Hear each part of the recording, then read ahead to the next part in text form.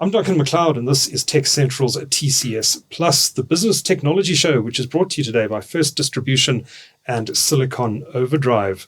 Now, we're going to be talking about the future of database management in the cloud today, and my guests who are going to be going through that are Preegan Chetty, Microsoft Azure Product Manager at First Distribution, and he's joined by Jody Roberts, Microsoft Business Executive at Silicon Overdrive. Welcome to both of you, and thanks for making the time.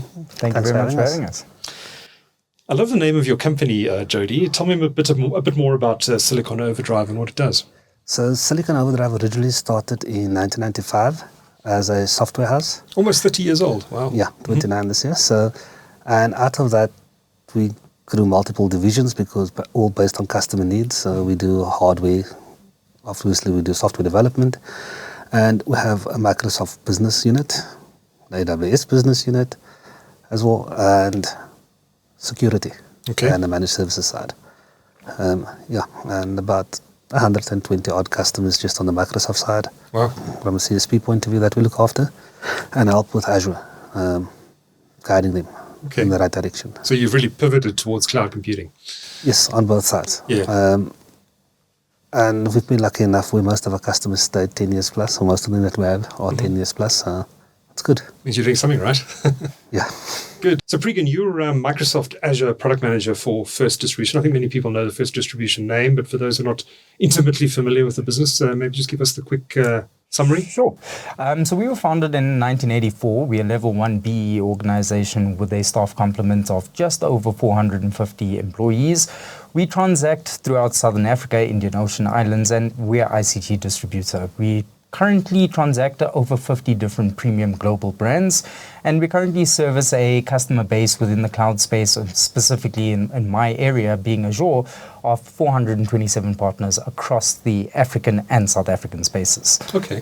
So your relationship with Silicon Overdrive? So Silicon Overdrive is one of our strategic partners who we've partnered up with to overcome many obstacles when it comes to customer relations and customer understanding of the cloud environments, especially helping organizations understand where they can actually evangelize the benefit of cloud computing. Mm-hmm. Okay. So 40 years in business, 29 years in business. We've got plenty of experience in front of us here. And we're going to be delving into a very specific topic today, and that is Azure SQL. I'm looking forward to learning a bit more about this because I'm not the expert on SQL databases, and I'm looking forward to learning quite a bit. And Jody, I'm gonna start with you. Can you maybe just give us an overview of what exactly Azure SQL is and how it's helping companies with digital transformation? Yeah. So Azure SQL is the cloud version of the traditional on-prem SQL, and Microsoft discovered that they could make it more scalable for customers and to develop products quicker. So you get different flavors of it instead of having to pay for the full license, which would normally cost you a couple of $100K per year, or a couple of million in some people's cases. Wow. You could now have just the database portion of it, or you can have a choice between Azure SQL DB, which is just the database portion, or you could have Azure Managed Instance, which is the full version of SQL, just cloud-based, or you can have SQL Hyperscale, which is if you want your... Well, I always tell people that thing runs on black magic, because in some cases we could restore databases, say a 50 terabyte database, which is restored in 7.5 minutes. Good grief. Yeah, so that runs on, but that's designed for heavy workloads. Yes. Microsoft has also gone and made SQL free, and because they're trying to attract developers or more developers back to SQL, they've taken essentially 32 gigs of storage you'll get for SQL Azure DB. The first 32 gig is free. So if you spin up Azure SQL now in your Azure subscription, and you just go for the free offer, apply free offer, you'll get it for free, and you'll be up and running in a couple of minutes. As well as for SQL Managed Instance, where you could do 500 databases on a managed instance at 64 gigs of space. So the first 64 gig will always be free. Okay. And Microsoft, they made a commitment to make that for now. So it allows you to test this technology. To test. So, everything is about getting your MVP out there very quickly. What's the saying? Fail fast, hard type of thing. So yes. Okay. So Preegan, how many South African businesses run SQL databases? And I imagine a lot of those are still on premises. What's the advantage of moving these on-premises SQL databases into a cloud environment? I think it goes back to some of what Jody's just mentioned. Creating innovation within businesses, creating scalability and affordability is one of the most key things in any business expenditure nowadays. It's always a cost of, my cost of infrastructure versus my return on investments. Mm-hmm. And I think SQL's advantage within the Azure space is allowing customers to adapt to a cloud environment and digitally transform their business with the most minimal financial impact to their businesses, but also at the same time allow them to innovate how they transact businesses, be it any industry they're currently in this day and age. Mm-hmm. Yeah, so just to add to what Preegan is saying, so you're giving people more flexibility from a financial point of view, in the sense that they're going from a capex model to an opex model, mm-hmm. and they're only spending a portion of what they would have spent by a capex model, and everything is based on a pay-as-you-go model as well. So you can literally shut down Azure SQL in the cloud if you're not using it. So out of the 730 hours that you get billed for per month, mm-hmm. you can actually, if your business if you only operate between 8 and 5, shut it down at 6 o'clock, and mm-hmm. you can automatically start it up the next morning at 7 or 8. Okay. So there are cost advantages with moving. 100%. Okay. But yes. Not only cost advantages. I mean, if you look at accessibility, if you look at users transacting with the database for their job roles on a daily basis, it's just much easier having accessibility from anywhere, any mm-hmm. time, as long as you have the appropriate internet connection and the appropriate security measures in place as well. Mm-hmm. So companies that have, and there will be companies listening to this show who are sitting with large on-premises SQL Server databases, what's involved in shifting that into the cloud? Is it just a lift and shift, or is it more complicated than that? And to what extent does Microsoft support in helping companies migrate to the cloud? Jody, you want to take that on? Yeah, I'll take it. So what Microsoft has done in terms of support for companies to migrate to the cloud, mm-hmm. they allow you to do an assessment, and that is one of the services that FD offers. Okay. We will actually do an assessment of your environment. We'll help you build a business case so that you don't just dump money anywhere. And then based on that, we can narrow your workloads. Or when I say narrow, I mean we can consolidate your workloads. So instead of you having 30 SQL servers on-prem, but you might just need 3 in cloud. Mm-hmm. And we did that with a couple of companies, state-owned companies, private companies, where the benefit is 10x from a cost perspective over a 5-year period moving to cloud. 10 times cheaper. 10 times cheaper just moving your SQL stuff into cloud. Wow. I think also to add in that the proof is in the pudding when it comes to an assessment. Generally, when we execute these assessments as first distribution in Silicon Overdrive, we go through something called the total cost of ownership calculator. This essentially allows an organization to get insight in terms of what their traditional infrastructure would cost over a 1, 3, or even a 5-year period. Mm-hmm. And I think, these are things that help companies make more informed decisions as to their digital transformation, as well as, modernization in the future. Yeah, and the one thing we can add to that is we can actually give them a timeline as to when they will break even as well. So there's clear ROI here. Yeah. Correct. Okay. And do companies also use this process to clean up their data? I mean, we know that the volume of data is just increasing exponentially every year. To what extent do companies who go through projects like this utilize it to clean up the data they're sitting on and decide, actually, we don't need all of this stuff that we're hoarding? I think, Jody, you'd say it more from a reseller aspect. Through this process, this assessment process, people are actually discovering data that they've been storing for 10 years. And they don't need that much data to actually operate. Mm-hmm. And they learn quickly how to work with that data more efficiently in terms of archiving data, which data do they actually need, which data do they need for government compliance, and how flexible they can cloud makes the data, just shifting that data from a reporting perspective, because they don't need to wait for a 12-hour process to finish on-prem to get your reports. Yeah, you've got a process that now runs, that same process now runs for under an hour. Mm-hmm. And you can get your reports before you get into work. Okay. And just by moving, like some companies, SQL databases into cloud, we could bring down the reporting, we could automate reporting as well. So instead of people having to come and wait for reports to come in, like in one case we had a customer that waited 6 years for reports. 6 years? Yeah, 6 years for their team to get all the data and all that stuff for them. And once we were done, it took us a month to get it done. Mm-hmm. We could get it done, they could get the reports before they get into work. Mm. And in some cases, we automated board reports as well. Instead of them having to wait for reports to be delivered to them, Mm-hmm. they could just log in and they could see the reports and then ask questions to the executives about the business instead of waiting for the next board meeting. So it's also speeding up that process for companies. It's making things more efficient. Yeah. And saving companies money in the process. Of course, Jody, everyone's conscious in 2024 about information security, or at least they should be. Are there security advantages or even potential pitfalls involved in moving from an on-prem database to a cloud solution? There is always pitfalls. Right? So people tend to think that because we're moving to Azure or to any cloud provider, they are looking after us. Someone else will take care of it. Someone else. That's not the case. Yeah. But you still have to take care of your databases. However, Azure does provide you with the tools to make it a lot safer than what it would be on-prem. So if you look at SQL Defender, for example, it allows you out-of-the-box encryption. It can help you detect from where people are trying to access your database from, so it analyzes the access patterns. And then where you also, what scripts are people trying to run against your database. So SQL injection, what they're trying to run, how they're trying to get in, so you can pick up that quickly. And also who within your organization is trying to run stuff.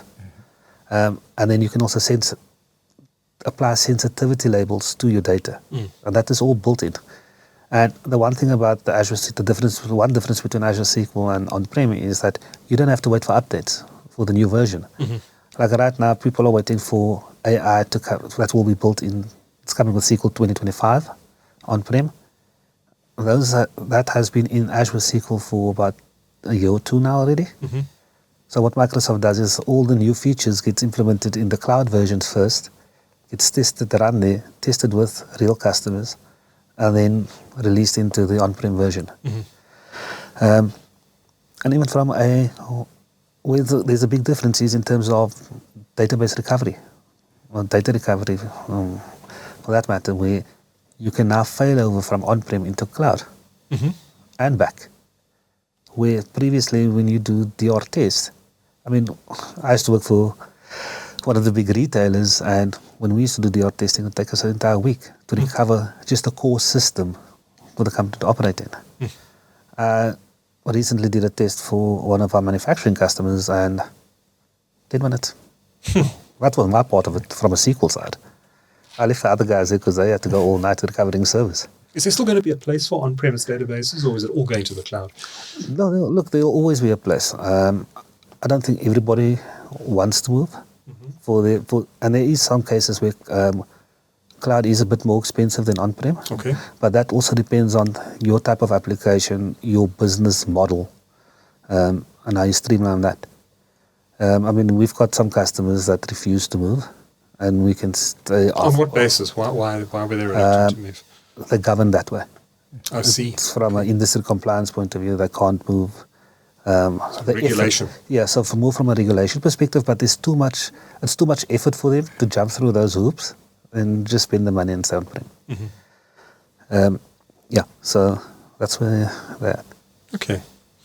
Can you maybe share one or two? I know you've touched on it, but could you maybe share in a little more detail one or two specific use cases or success stories of businesses leveraging Azure SQL? One of the biggest telecoms companies on the continent, we did the assessment, we built a business case for them. They had about 65 SQL servers on-prem. After we did our assessment, we showed them that they could bring it down to 16 servers. We consolidated them. Yes. We could consolidate their SQL servers for them in the cloud down to 16. We could make the data way more flexible, and from a data strategy point of view, it actually tied in with their business strategy as well. So the data that they needed to achieve their goal of reaching X amount for the financial year, they had access to the right data. Nobody needs to go and dig anymore. But with that also said, their saving was around 7x of what they were currently spending, and I had an ROI of, it was I think 3 years before they get their money, start seeing their money back. So that was one. The other one was semi-government institute in the aviation industry. Yeah, part of the business aviation. We moved them to Azure without any of the systems going down. But from a cost perspective, they had 10 SQL servers on-prem, and the value add for them was just the cost saving alone. That was something like 12x because of a licensing agreement that they signed a couple of years earlier. Keep the price high. We moved them. We tested everything with the reporting as well, because that was the main concern for them. And we could do that within a 3-month period. And then there was also some government departments that we moved over, and they now run completely in Azure. And all the data is they use it much more efficiently now. So much so that they don't have to go back to the legacy systems to go dig for data, because we could integrate those legacy systems as well. What are some of the hiccups or hurdles that companies encounter going through moving to the cloud? Is it fairly straightforward? I don't say in most cases it's fairly straightforward because of the amount of tools that's being released to assist you to help with that. So before you move, you could download a SQL data migration assistant, run it against your on-prem SQL server. It will tell you what you need to change from a code perspective. Which line of code you need to change, what it needs to look like, because you can set your target server to either Azure SQL in a VM, or Azure SQL Managed Instance. And I don't think the problem lies with people not doing their homework first, and if it's a viable solution for them. Some people just go, look, the boss said we need to go cloud, we go cloud. And then they wake up with, come end of the month, they get a lovely, lovely hefty bill of a couple of $100K, and they wonder why. And that is basically because they didn't use the right tools. Like if you go in, you can use Azure Migrate as well. You can say, I want to migrate to this version of SQL. This is the amount of data I have. And you don't actually have to thumb suck. You can actually just point it to your on-prem SQL server. It will do an analysis and tell you this is the right SKU for you. This is the right costing for you. And this is what it will actually cost. And if you have a software assurance or an enterprise agreement, you generally have what's called a Azure hybrid benefit, which allows you for discounts up to, I think if you choose a 3-year reserve instance for any of the SQL skills, you get up to 55% off. 57 now. Oh, even more. I mean, that's how Coca-Cola moved off SAP into SQL because of that 57% saving. I mean, that's massive for them. Yes. So those are the type of saving if you do your homework properly and migrate to Azure SQL. That's the type of savings you're looking at. But it sounds, Preegan, that companies shouldn't go into this blindfolded. They need to consider why they're doing it, have a strategy, and do it properly and methodically. Otherwise, you're asking for trouble. 100%. You know, when it comes to SQL or any database management for that case, when you're doing any activity towards a migration towards the cloud, it's all about your planning. Right. You know, you need to understand the timelines, the impact that it's going to have. Because when you migrate or you lift and shift any environment to the cloud, there's also a productivity impact that a lot of customers face. You know, a lot of the time in the Azure or the cloud space, we always recommend that a migration happens during an off-peak period, or, you know, whenever your services are not used. And, you know, it goes back to Jody's point of awareness. A lot of the time people will come through and say, cool, we want to move to SQL in Azure. But they don't understand what it actually involves to move their current environment over. And every customer varies. There is Pretty much, and I'm not sure if you agree with me, there's no two customers that are the same Nope. in terms of config, in terms of infrastructure, or the services that they use on a daily basis. So planning is imperative in this process. Okay. Jody, lastly, you've mentioned that companies have options when moving to SQL on Azure. Let me try and get this right. Azure SQL Database, Azure SQL Managed Instance, and Azure SQL, and SQL Server on Azure Virtual Machines. Just to take us through those three options and why companies would consider one over another. I'd go, if I have for example, a restaurant reservation system, Yeah. but I need a single database or web app for web app, I'll use Azure SQL DB. Mm-hmm. If I have multiple applications that I need multiple databases for, I'll use SQL Managed Instance because I can store more data on there. And also I can control my IOPS better. And then SQL Virtual Machines, if I want to move my legacy SQL, so some people still run SQL 2008, or in worst case, SQL 2005 service on-prem, and they don't want to just migrate the data over. They first want to lift and shift, typically. First get it into the cloud, and then once they're there on a VM, then they'll start looking at modernizing that workload. And that typically customers move there because they want to take it, they've determined that it will maybe take them a year or more to modernize that data.